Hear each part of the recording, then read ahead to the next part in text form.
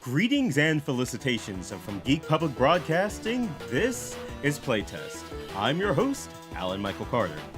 Now, this is a brand new show for this channel, and essentially what we're going to be doing is that we're going to be playtesting indie games here. You see, I am a user interface designer by day, but I actually went to college for game design, and I happen to be working on my own game, Fool's Paradise, a bounty hunting space western game.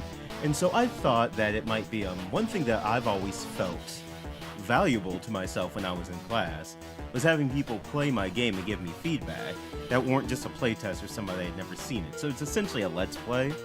I'm just going to be discussing a little bit more about what my thought process is and what I think about like various design decisions and like explaining why I'm getting stuck and whatnot. But that's going to be the tenor of this series moving forward. I'm hoping to do a lot more of these. So I hope that you come on that journey with me. For now, we are trying out O.R.B. O.R.B is offensive rolling by, and it's made by, I believe, Carva Games. It seems like they're a small Finnish indie game studio, so let's go ahead and get started. I guess we'll start with the tutorial, since I have this here. Alright, so we have the choice of mouse and keyboard or controller. We'll try a little bit of both. I've actually got both set up right here. I typically prefer controller, but we'll see. Oh, that's right. There we go. There we go. This is interesting. Okay. And we can jump. I don't know if I like this because I don't know if I know how to... Oh gosh, okay. Use right mouse button to change the ball form. How do I change my things pointing? Alright, we're gonna stick with the mouse and keyboard. It might be the fact that it's an Xbox One controller. They do tend to have a little bit of weird issues if this was developed in Unity, from what I understand with the joystick. Or I might just be messing it up. The developers could always say something, or I'll look it up later. But I'll use mouse and keyboard. It seems like it makes more sense anyway. So let's see. Especially, okay, so we can turn into a ball essentially. In the ball form, you can launch yourself. Okay. Okay, you can launch yourself, but you cannot jump. Alright. I like the bounce sound effect. It's a little cartoony, but it's pretty cool. One interesting thing is that when you're in the air, you do not have any character control, so you really have to aim correctly when you're going through this. Changing your form mid-air allows you to control your descent. Okay. So let's see. Let's see. I guess I gotta get good at this a little bit.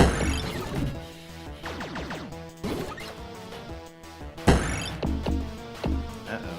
I guess that's what they must mean, is that, okay, we can get up there.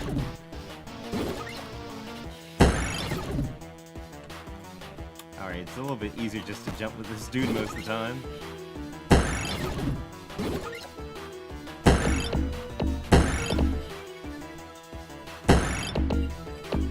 Okay.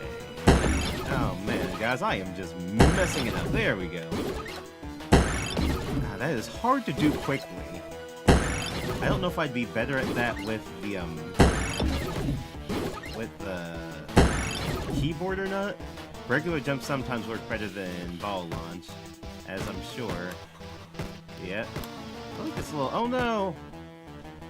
My little cute guy fell. Oh, I can just be a little moonwalker. It does seem like there is a little bit of, like, slide when you land, I think? It's hard to tell. Do you have any... That doesn't feel like it. In walking form, use left mouse button to shoot. And I seem to have some type of device up top. It's like a cooldown? Okay, I don't know what it means. Okay, so that's... Okay, I see now. I thought it was a hamburger symbol. It's a laser. And that one seems to be infinite. This one has limited ammunition. Okay. So you got some more powerful limited ammunition stuff. Alright. Alright, so we got through the tutorial. Alright, now let's go ahead and... Now we all know how this is played. Let's go ahead and play. Oh, we're looking like For some reason, this instantly reminds me of the NES Ninja Turtles. I don't know why, but that's neat. Let's get going. Let's start rolling around at the speed of sound. Oh man, we've run into our first obstacle. Okay. I'm gonna have to get, oh man, right off the bat. Okay. Get up there. No! My little dude. Yeah, I think that's something I'll get used to. The jumping after a while. That didn't work.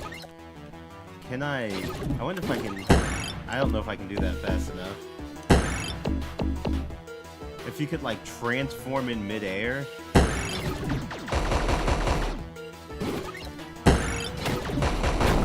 Oh no.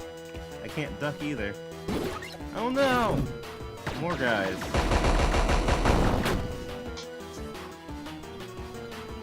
Let's see. Alright. Ah, there we go. Stop messing it up. Okay, this must be a save.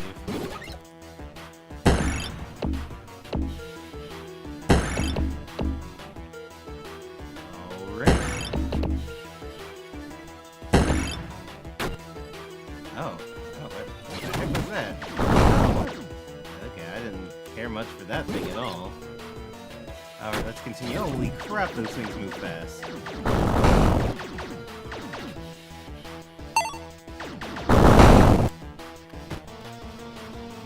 Alright. Actually, let's test out something real quick. If I transform on a ledge, I kind of roll down, so it has a little bit of that in there. Okay. I was just curious about that.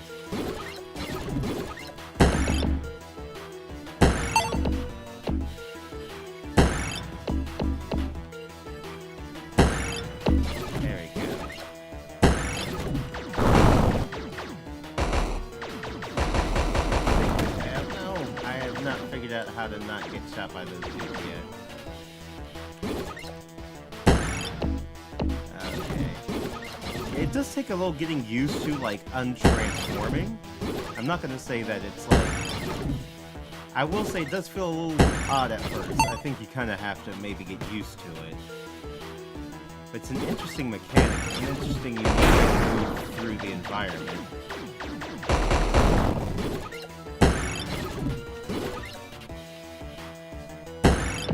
There we go. Let's take care of these little guys. Jump up here. Alright, now we're on to... Now it looks like we've got some moving platforms involved. I apologize, I haven't been getting on the design stuff as much, so, everything is fine so far. I will... Okay, let's see. I may have just been jumping incorrectly. Oh no, that's the wrong thing. Okay, those guys do seem to fall awfully fast, but this is still a, I just thought it was a little amusing how fast it feels like he was jetting for the ground, but maybe that's how it's intended. Maybe that's just kind of how it works right now. This is what happens when you're playing games in development. That's the fun of playing a game in development, is that you get to see the process of how it's made. You can get to see the thought process between different versions and whatnot, like... So let's see. So we can move much faster than the ball. So they clearly seem to want us to move in the ball most of the time if we want maximum speed. Okay, we got some precision here to make. And they want us to do this, I'm assuming, and then move through. Boom. Boom. Okay, running into the ground. Alright, let's roll up here. So maybe that's what's happening. We're activating them and they're trying to... Oh no! Oh no! Let's see if I can get this angle right. Mentioning the angles is a little difficult at times, but I suppose that's the challenge of the game. I can say for some users, they may like a little bit more of an indicator outside of just a straight line, but maybe that's a little bit too easy for most people. I don't know, I'm always worried about everybody being able to play that wants to play. But we'll see how much harder this gets. Okay, now we're kind of in the second area, it looks like. And we have some grinders or something. I do like the effect on this grinder. Do wonder why it's not on this grinder up here? It's actually kind of nice as a cruiser. I can circle things while I'm going. It's neat. Okay. It's just a nice happenstance. Okay, let's go across. Obviously, those things must not be good for us. They do not look pleasant, so we will not touch them.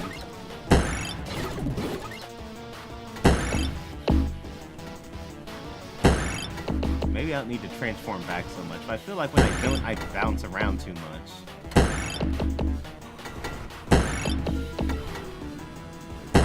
It does get a little... Here we go. I'm sure if you get really good at this game, you can just move quickly. I am not that good at this yet. So it seems like you can if you're really good, but it feels like it was designed... Oh, there I go. There we go. Now you can get the speed on. This seems like a very slow method for traversal. Oh. But I feel like when I try to go a little bit faster, like... and I'm messing it up. So I guess I gotta take my time on it. And unroll after each launch to make sure that I don't get bounced around.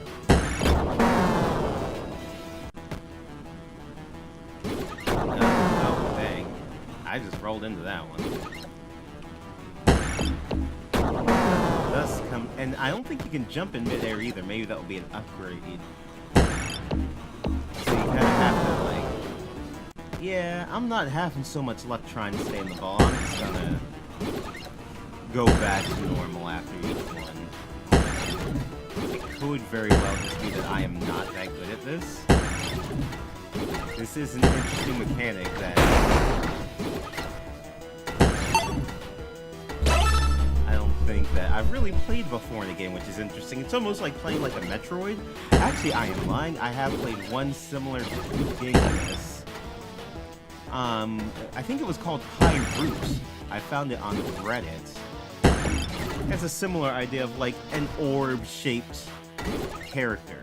Theirs cannot be transformed though, as this one can. Oh, that's right. I got that nice checkpoint.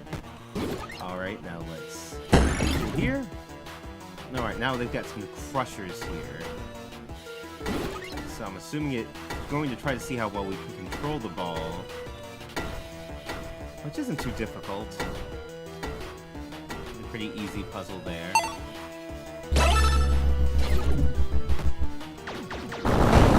Mostly what we've been doing is moving and shooting, which is kind of cool because the movement's cool. I'm hitting my recorder window there a little bit by accident. Make this do that.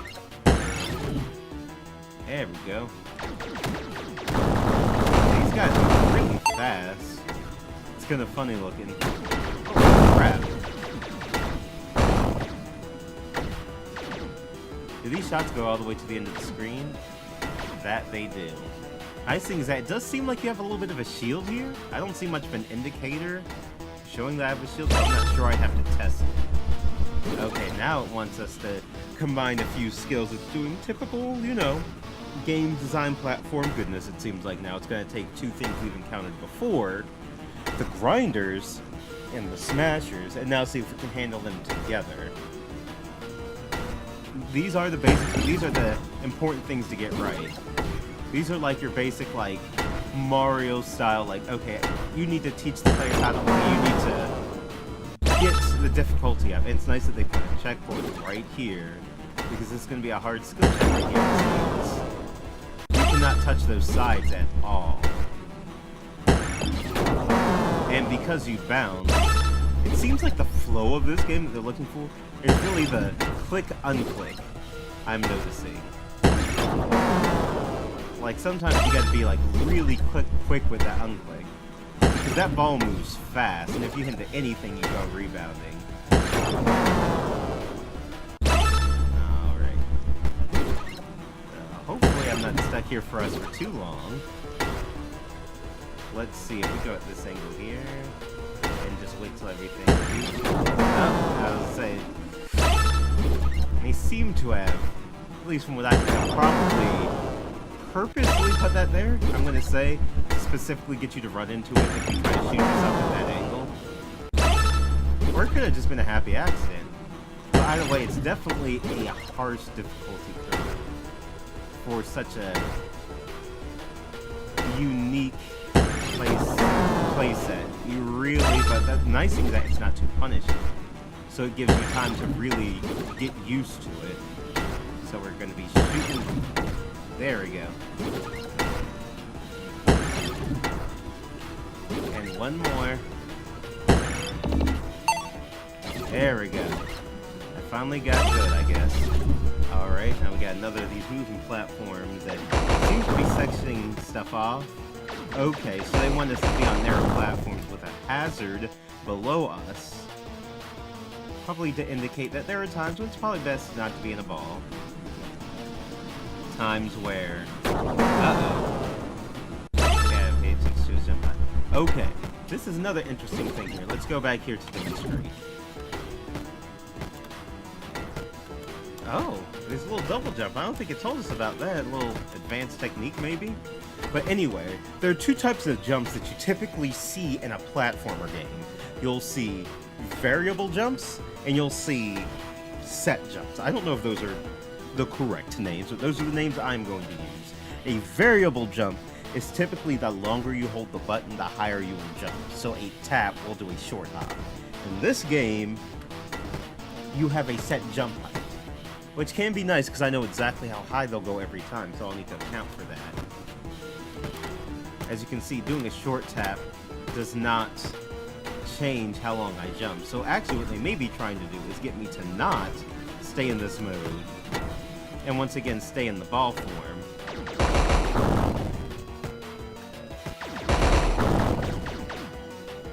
So let's see. Actually, if I jump at the bottom of this, alright, so we're gonna see. I want to see if you can do this with a regular jump, or if they specifically have made it so that the height can't be matched by that type of jump. So we're gonna have to be really quick about it. Okay, so we can.